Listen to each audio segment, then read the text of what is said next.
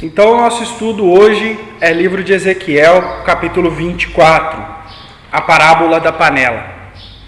É uma parábola que conta sobre uma panela no fogo, com carne dentro. E é muito interessante, porém também é muito triste esse capítulo, uma condenação bem pesada. Então, nós vamos começar fazendo a primeira leitura, versículos 1 e 2.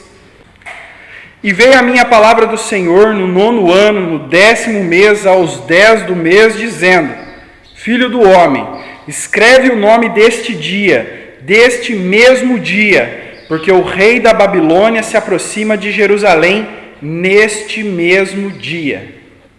Deus pede para Ezequiel que marque aquele dia, o dia que ele estava vivendo. Aquele dia era para ser anotado, como se fosse hoje, né? Hoje, o dia de hoje, nós estamos 29 de abril de 2018. Se fosse hoje, marca aí, 29 de abril de 2018.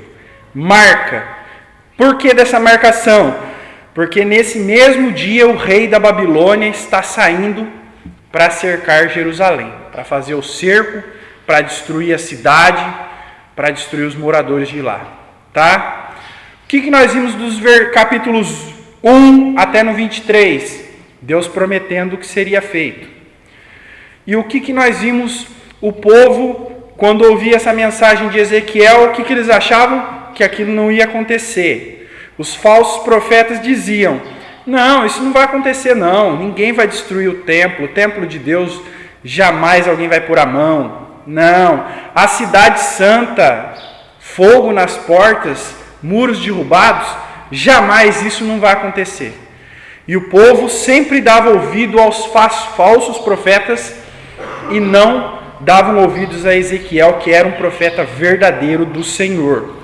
Até que nós vimos aqui, primeiro ele fala aqui, no versículo 46, do capítulo 20, Filho do homem, dirige o teu rosto para o caminho do sul e derrama as tuas palavras contra o sul e profetiza contra os bosques do sul. Profetiza contra, tá?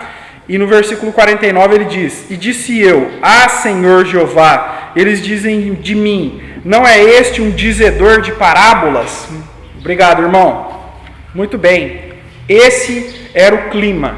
Ezequiel pregando contra, dizendo: vai cair a cidade, vai cair o templo, vocês vão ser levados cativo, vai destruir tudo. E eles falavam: esse aí é um dizedor de parábolas. Esse aí ele só conta história, só faz poema, mas nada acontece, tá? Já aqueles que dizem que nada acontece, que está tudo bem, a palavra deles está valendo mais do que a de Ezequiel. Mas aqui Deus fala para ele: marque esse dia, o dia de hoje, porque desse dia, a partir de hoje, Nabucodonosor está saindo de Babilônia para cercar Jerusalém. E por que ele tinha que marcar exatamente aquele dia, o dia exato? Porque Nabucodonosor não ia chegar em um dia, em 2, em 3. Ia demorar, pelo que calcularam por aí, 3 meses para chegar. Para ele sair com o exército dele e chegar e cercar Jerusalém. Então, essa profecia, que eles também iam duvidar de Ezequiel, que também iam achar que não ia acontecer, 3 meses depois eles iam ver que aconteceu. Então, Ezequiel ia se cumprir as palavras que Deus entregava a ele, e eles iam ver que eles estavam enganados e que realmente Ezequiel trazia uma profecia verdadeira. E aqui é a sentença final. Não há chance mais de arrependimento, nem de mudança, nem de mais nada. Já está decretado. Jerusalém será derrubada. Muito bem. E o dia marcado. Vamos ver versículos 3 até os 5. Vamos lá. E usa de uma comparação para com a casa rebelde. E diz-lhe: assim diz o Senhor Jeová: põe a panela ao lume, põe-na e deita-lhe água dentro. Ajunta nela bons pedaços, todos os bons pedaços. As pernas e as espáduas enche-as de ossos escolhidos. Pega o melhor do rebanho e queima também os ossos debaixo dela. Fala ferver bem e cozam-se dentro dela os seus ossos. Muito bem. Ezequiel deveria pegar uma panela de ferro tá? Encher de bons pedaços de carne. Encher ela de carne. E colocar bastante lenha, água e começar a cozinhar essa carne. Essa era a parábola, tá? Aqui nos dá a ideia de que ele somente ia falar isso. Somente falar, olha, pega uma panela, põe carne, põe ossos, escolha bons pedaços. Aqui fala bons pedaços, as pernas e as espáduas. Tem uma tradução de Bíblia que fala alcatra, pedaços nobres de carne. E também ossos escolhidos. Era bastante. E daquele animal que foi morto ali, aquela carne que ia servir para pôr na panela, era para aproveitar todos os pedaços, até os ossos. Tudo era para ser colocado na panela. Nada ia ficar de fora. E cozinhar. Parece que o texto diz que é simplesmente para ele falar, mas eu, na minha concepção, tá? Particular minha interpretação, acredito que ele também colocou a panela no meio e também acendeu o fogo e também cozinhou. Por que eu acredito nisso? Que ele teve não só a fala, mas também a ação. Por quê? Porque em todo o livro do Ezequiel nós vimos isso.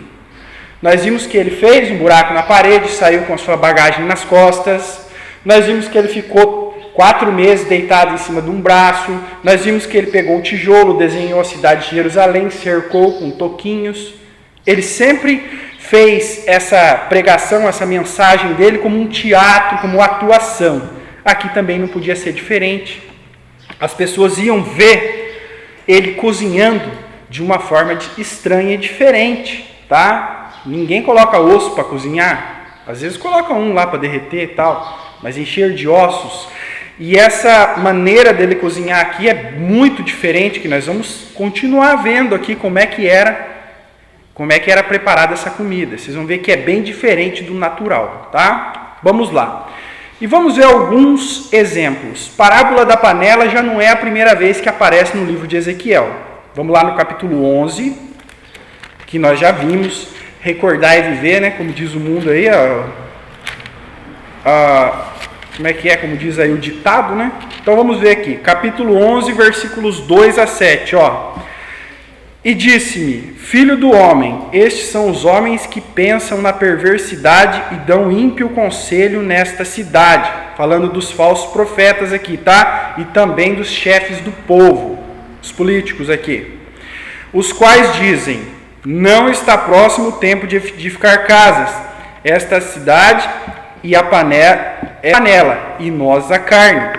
Portanto, profetiza contra eles. Profetiza, ó filho do homem. Caiu, pois, sobre mim o Espírito do Senhor, e disse-me, fala, assim diz o Senhor, assim tendes dito, ó casa de Israel, porque quanto às coisas que vos sobem ao Espírito, eu as conheço. Multiplicaste os vossos mortos nessa cidade e enchestes as suas ruas de mortos.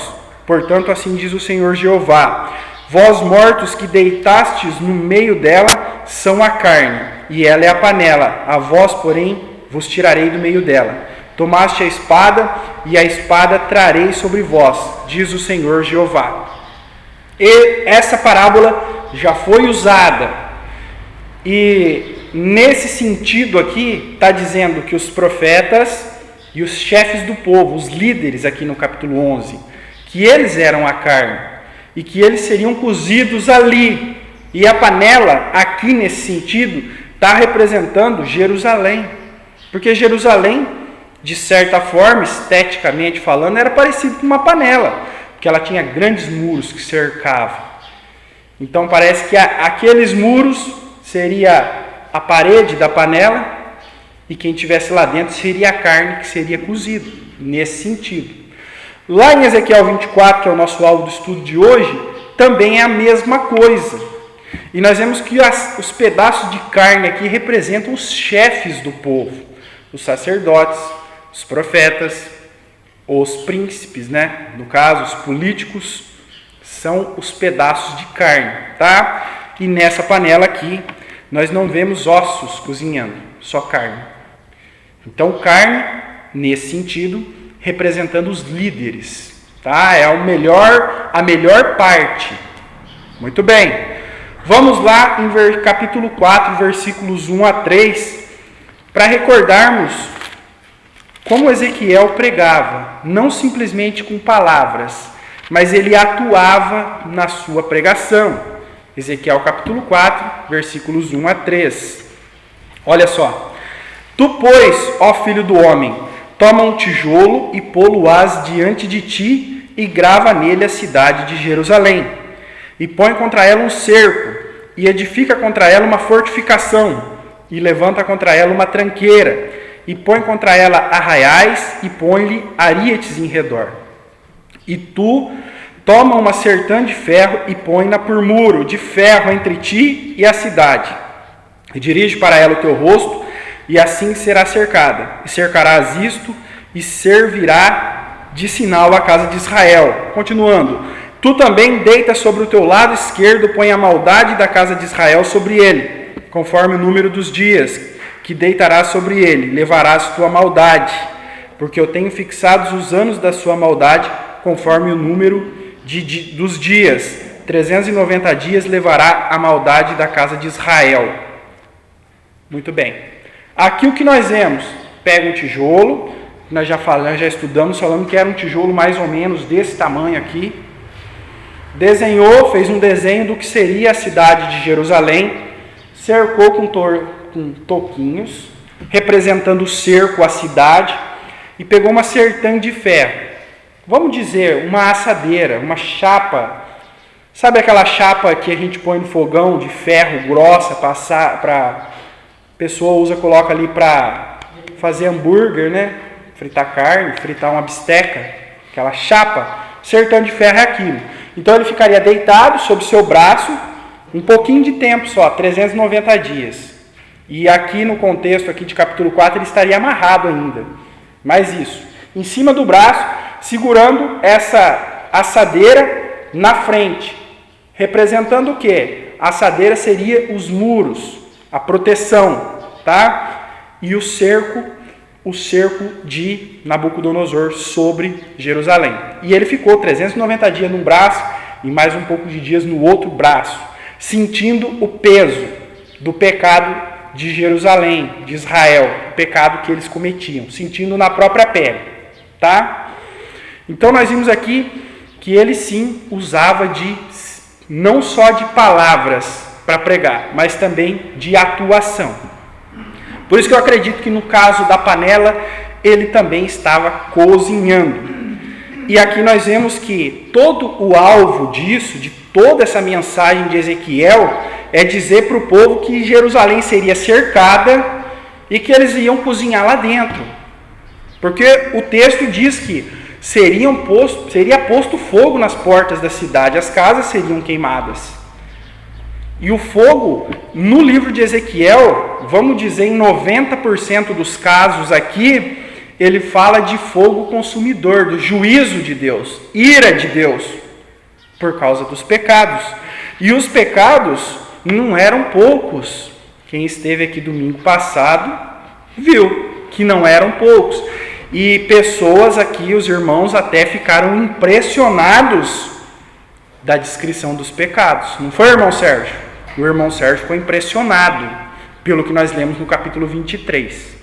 Quem perdeu, vai lá no YouTube, no meu canal, e você pode assistir o 23, tá bom? Então, o fogo consumidor, a panela, Jerusalém, a carne, os chefes do povo, os ossos dentro da panela, o povo mais humilde. Todos estariam na panela e todos estariam ali fervendo e borbulhando. Por causa do quê? Do pecado de Judá, do pecado que estava em Jerusalém.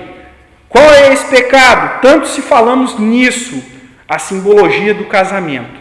O marido com a mulher adúltera. Esse foi o símbolo. Deus, o pai, com Judá, uma mulher adúltera, que traía o seu marido com os deuses do mundo, com os deuses pagãos, com os deuses estranhos. E aqui chega o momento do juízo, tá? E essa panela simboliza o juízo. E a data já está marcada, é irrevogável, vai acontecer. Vamos voltar para Ezequiel 24 e vamos ler 6 a 11, a panela é posta no fogo e as pessoas vão assistir essa cena, cozinhando ali carne e ossos. Vamos lá. Portanto, assim diz o Senhor Jeová: ai da cidade sanguinária, da panela que escuma, e cuja sua escuma não saiu dela, tira dela pedaço a pedaço, não caia sorte sobre ela, porque o seu sangue está no meio dela, sobre uma penha descalvado pôs, não o derramou sobre a terra para o cobrir com pó, para fazer subir a indignação, para tomar vingança, eu pus o sangue numa penha descalvada, para que não seja coberto. Portanto, assim diz o Senhor Jeová: ai da cidade sanguinária, também eu farei uma grande fogueira. Amontoa muita lenha, acende o fogo, consome a carne e tempera-a com especiaria, e ardam os ossos. Muito bem.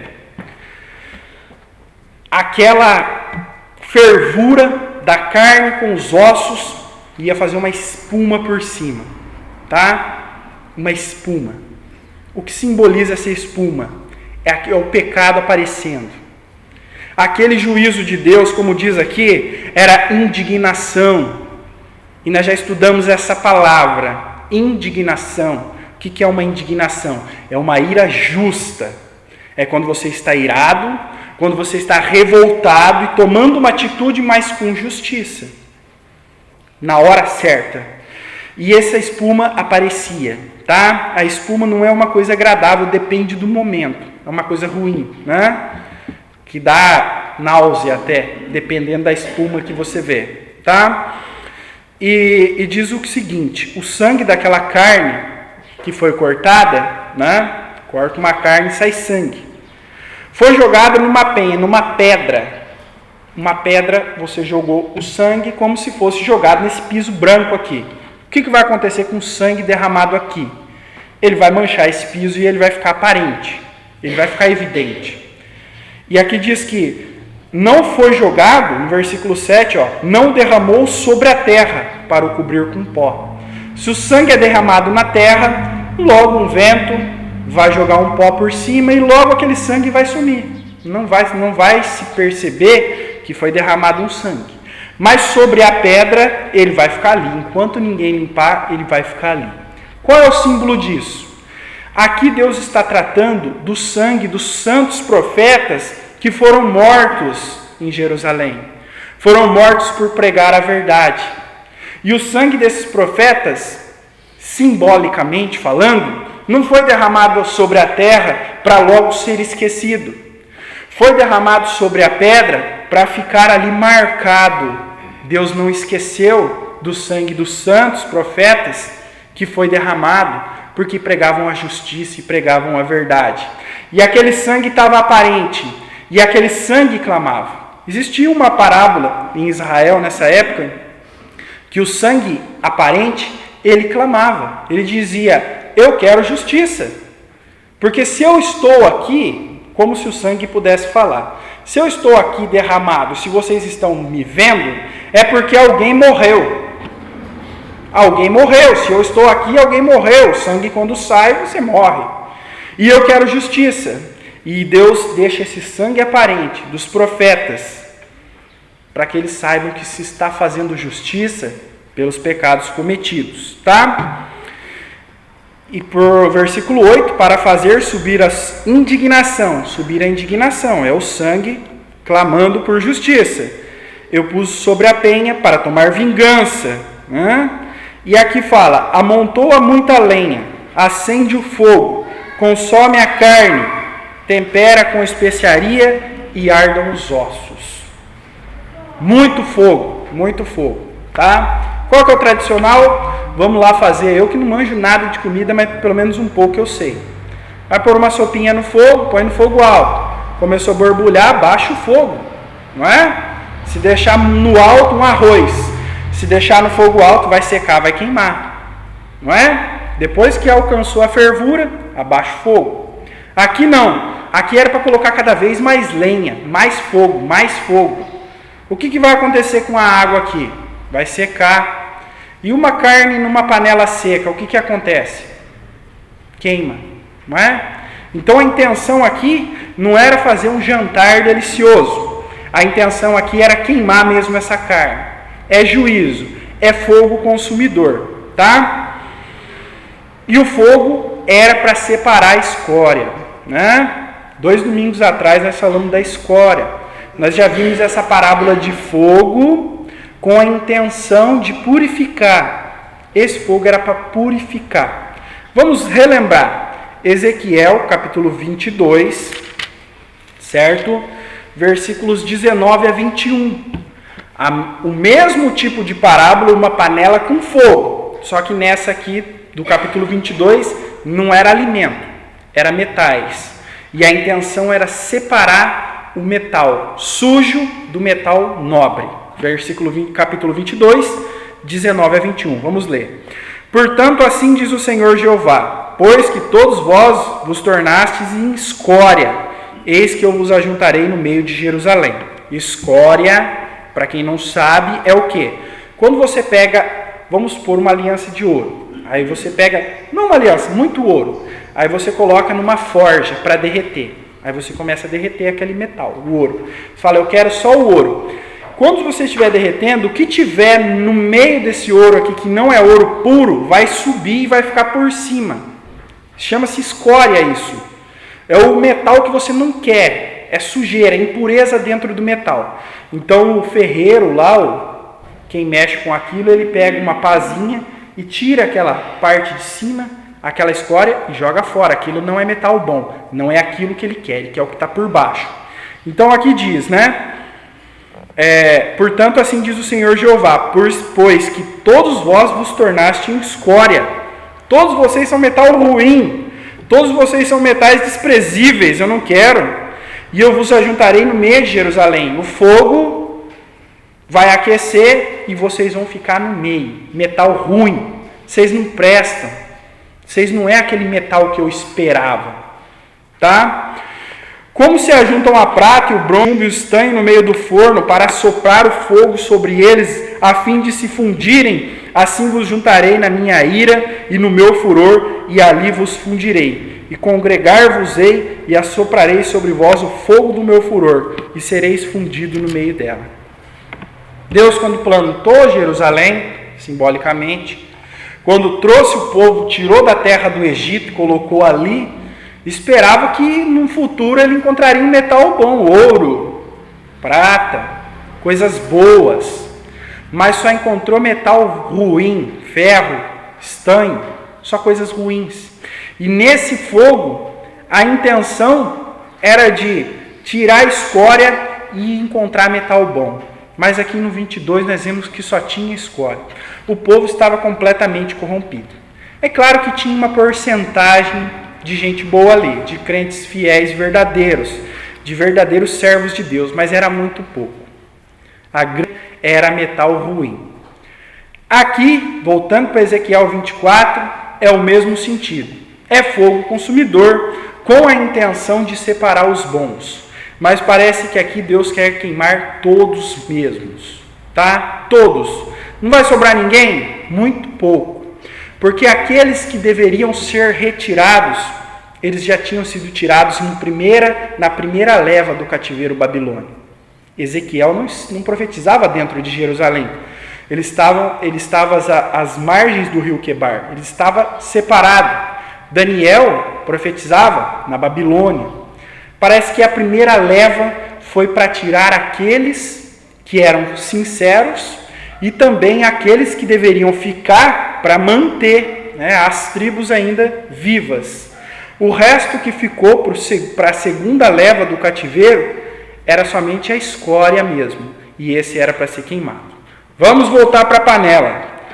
Versículo 11. Então a porás vazia sobre as suas brasas para que ela aqueça, e se queime a sua ferrugem, e se funda a sua imundícia no meio dela, e se consuma a sua escuma. De vaidade se cansou, e não saiu dela a sua muita escuma. Ao fogo irá a sua escuma. Na tua imundícia está a infâmia, pois te purifiquei, e tu não te purificaste.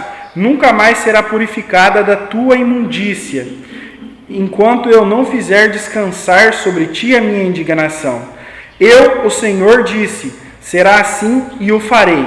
Não tornarei atrás e não pouparei, nem me arrependerei, conforme os teus caminhos e conforme os teus feitos te julgarão, diz o Senhor Jeová. Muito bem. Fogo, fogo, fogo. Consumiu a carne, consumiu os ossos e Deus manda, põe mais fogo ainda. Imagina essa cena. Como eu falei, quem estava assistindo Ezequiel fazer isso. Colocou água, carne, até então tudo bem. Não, vamos ter um jantar. Mas ele começa por mais fogo, mais fogo, mais fogo. Isso fica estranho. Para que tanto fogo, Ezequiel? Já está fervendo. Não precisamos de mais lenha. Não, Deus mandou por mais lenha. Fogo, tanto fogo, secou a água. A carne se queimou, se consumiu lá dentro. Acabou, Ezequiel, só está a panela agora. Não, Deus mandou colocar mais fogo ainda. Ainda mais fogo. Só a panela seca, queimando. E essa tradução aqui, ela não vai tão além, tá? Mas diz que esse fogo aqui consumiu aquela espuma, tá? Que nós falamos que representava o pecado lá de Jerusalém. Sumiu. Esse fogo agora nessa panela era para purificar. Em algumas traduções fica mais fácil de entender que a panela estava enferrujada. Era uma panela enferrujada. E diz que tanto aqueceu essa panela, tanto, que ela chegou a ficar vermelha. Quem nunca colocou a faca lá no fogão para deixar ela vermelha para cortar algum plástico, né? Todo mundo já fez isso, né? Já se queimou igual eu, né? Normal. Vermelho. A panela ficou vermelha, ela estava quase se fundindo, ela estava quase derretendo de tanto fogo. Esse era um fogo de purificação. Deus estava usando seu juízo condenatório, um juízo severo para purificar aquele povo, tá? E diz aqui, né, que tudo isso foi um trabalho inútil, porque não purificou, não tirou a ferrugem continuou, aquela espuma ainda continuava cheirando mal, aquela imundícia ainda estava sobre ela, a imundícia permanece. Versículo 13, na tua imundícia está a infâmia, pois te purifiquei, e tu não te purificaste, nunca mais será purificada da tua imundícia, enquanto eu não fizer descansar sobre ti a minha indignação. Que indignação é essa? Aquela indignação, no caso de Nabucodonosor, cercando Jerusalém ali, fazendo eles sofrerem por 3 anos e meio, 3 anos por aí? Não é essa indignação. Essa indignação é para o fim dos tempos. Então essa panela ficou quente, vermelha, mas a ferrugem não saiu. Quando nós falamos dos metais, o irmão Aurelino falou que nós somos joias, não é? Mas a joia, como esse ouro aqui, é feito de metal. E o metal enferrujado, ele perde o brilho. Ele perde o seu brilho. Eles tinham perdido o brilho. E o fogo consumidor nessa panela, o fogo da ira de Deus, era para purificar, é para tirar essa ferrugem. É para voltar a ser um metal brilhante, bonito, que reflete. Mas não voltou. Ainda assim continuaram do mesmo jeito, na mesma dureza. E eles passaram pelo cativeiro babilônio, passou-se os 70 anos, voltaram para Jerusalém, reconstruir a cidade, reconstruir o templo. E quando nosso Senhor Jesus Cristo chegou lá, eles estavam brilhantes, bonitos? Não, continuava enferrujado. Continuava querendo seguir os mandamentos dos homens, continuava querendo seguir a tradição dos homens, esqueceram-se da palavra de Deus. Quando Jesus chegou, eles não conheceram, não souberam quem estava ali, não o reconheceram, não deram a glória que ele merecia. Pelo contrário, o rejeitaram. Então, essa indignação aqui do versículo 13, nunca mais será purificada da tua imundícia, enquanto eu não fizer descansar sobre ti a minha indignação, ainda não está falando do cerco. O cerco ia acontecer, claro, eles iam sofrer duramente, é claro, eles iam ter a sua crista quebrada, eles iam voltar humilhados para Jerusalém. Mas ainda assim, a ferrugem continua. O povo de Israel perdeu o brilho, E o povo de Israel não recuperou mais esse brilho.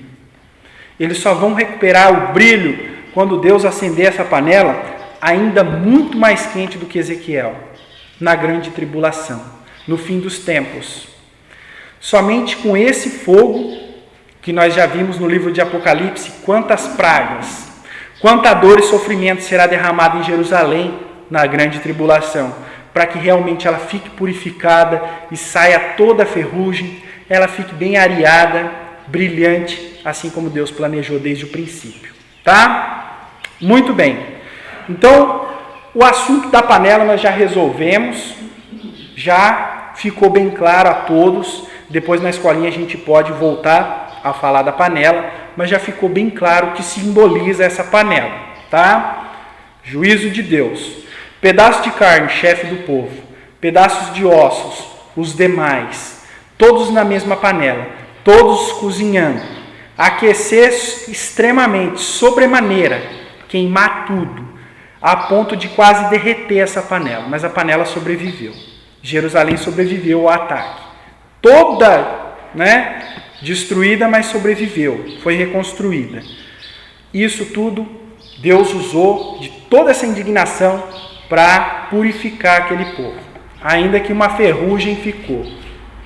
E essa ferrugem não deve ficar sobre nós. Devemos ser joias brilhantes, tá? Uma mensagem à parte, que a gente pode levar para a nossa vida. Não vamos deixar a ferrugem tirar o nosso brilho. Vamos ser polidos, brilhantes. É assim que Deus quer. Então, encerramos o assunto da panela. Vamos entrar em outro assunto aqui. Predição da ruína em Jerusalém. Vamos ler dos versículos 15 até o 21. Vamos lá. E veio a minha palavra do Senhor dizendo: Filho do homem, eis que tirarei de ti o desejo dos teus olhos de um golpe, mas não lamentarás, nem chorarás, nem te correrão as lágrimas. Refreia o teu gemido, não tomarás luto por mortos, ata o teu turbante e mete nos pés os teus sapatos, e não te rebuçarás, e o pão dos homens não comerás. E falei ao povo, vamos ler até o 17, só até aqui, tá? Depois a gente vai. Diz o seguinte para Ezequiel, Deus falando para Ezequiel: olha, filho do homem, tirarei de ti o desejo dos teus olhos de um golpe. O que ele está falando aqui? Vou tirar o seu desejo num golpe? A esposa de Ezequiel ia falecer nesse dia, no mesmo dia que ele marcou, tá? Que ele escreveu.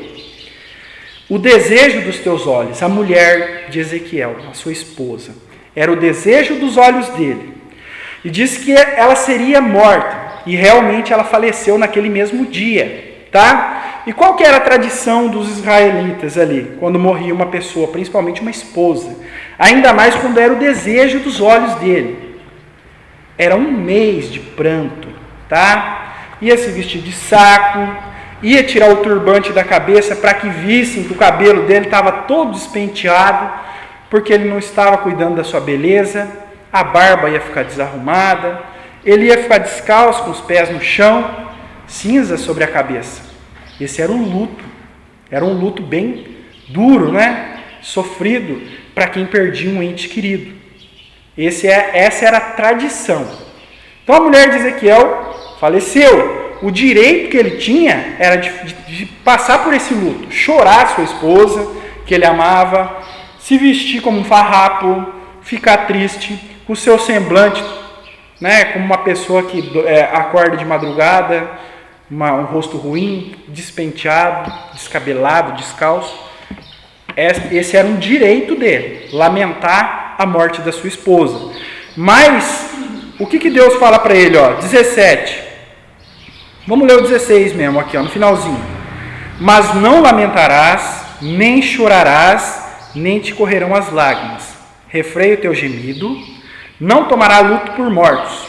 Ata o teu turbante e mete nos pés os teus sapatos. E não te rebuçarás, e o pão dos homens não comerás. E quando o homem estava de luto, ele não podia trabalhar, tá? Ele ia ficar um mês só chorando.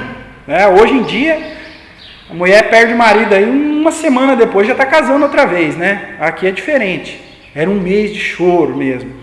As pessoas viam que ele estava sofrendo, que ele perdeu um ente querido, uma pessoa que ele amava.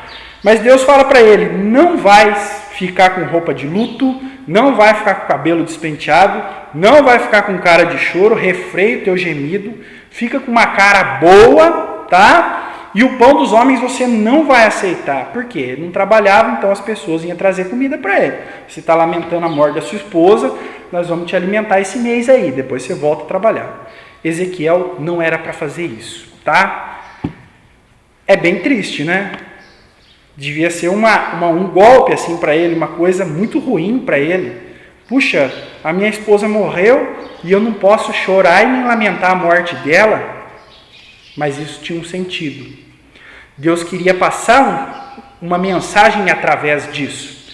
O povo ia ver, Ezequiel, você perdeu sua esposa, mas você está com uma roupa bem alinhada, os cabelos no turbante, bem penteado, você não quer o nosso pão? O que está acontecendo? Por que você não está lamentando a morte da sua esposa? Você não ama ela? É isso? Não. Versículo 16 diz que a mulher dele era o desejo dos olhos dele. O que é que está acontecendo? Versículo 18 a 21. E falei ao povo pela manhã, e à tarde morreu minha mulher. E fiz pela manhã como se me deu ordem. E o povo me disse, nos fará saber o que significam estas coisas que estás fazendo? E eu lhes disse, veio a minha palavra do Senhor dizendo, dize à casa de Israel, assim diz o Senhor Jeová, eis que eu profanarei o meu santuário e a glória da vossa fortaleza, o desejo dos vossos olhos e o regalo das vossas almas, e vossos filhos e vossas filhas que deixaste cairão à espada. Agora dá para entender um pouco melhor. Perdeu a mulher, não pôde lamentar, né? E vocês estão querendo saber o que é isso? O que significa isso? Eu vou tirar também a beleza dos olhos de vocês. Aquilo que vocês mais amam, aquilo que vocês mais prezam, e vocês também não vão poder se lamentar. Deus ia permitir que o santuário fosse profanado. E realmente, né? Ofereceram um porco ali dentro. Entrou dentro do santo, do santíssimo, dentro do santuário, pagãos de outros povos.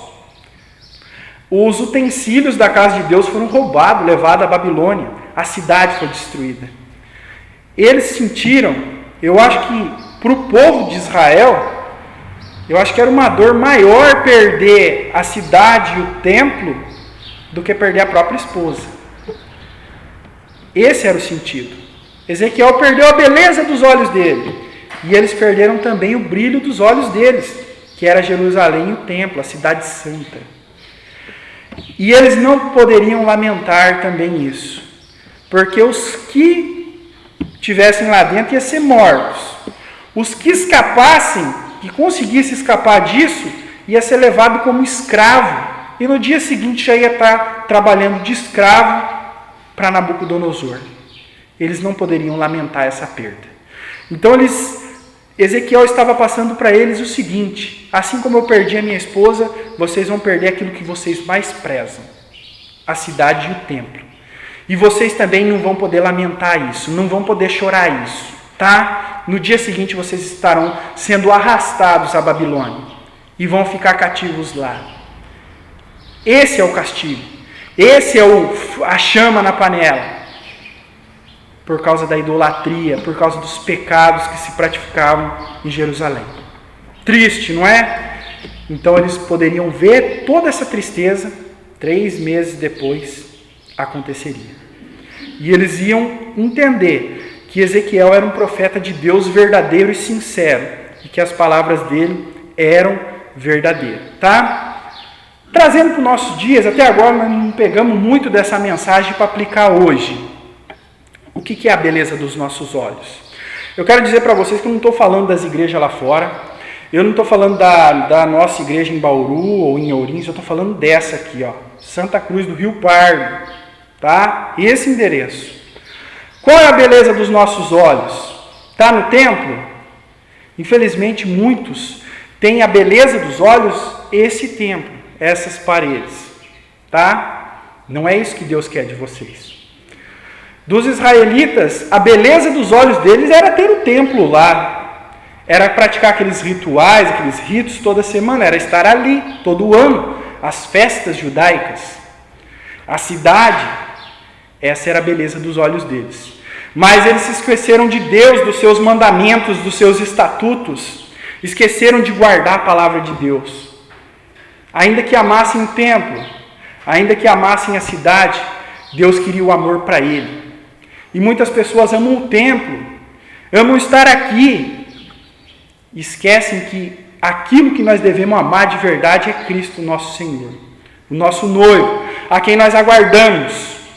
Devemos, muitas vezes, as pessoas se prendem nisso aqui e acham que estar aqui, acham que participar de um culto, acham que estar presente é que é servir a Deus. Mas a verdade mesmo, servir a Deus é cumprir o desejo, a vontade de Deus, andar em obediência à tua palavra e aquilo que realmente nós devemos desejar e amar e ser o brilho dos nossos olhos é o nosso Senhor Jesus Cristo. Aguardar Ele como uma virgem aguarda o dia do casamento, para estar com seu marido, dessa forma. E assim foi lá nos tempos de Israel. Todo o desejo deles estava em pedras, em coisas materiais, em localização, em coisas palpáveis. Mas Deus queria o coração. Essa mensagem é que eu queria deixar vívida nos corações de vocês.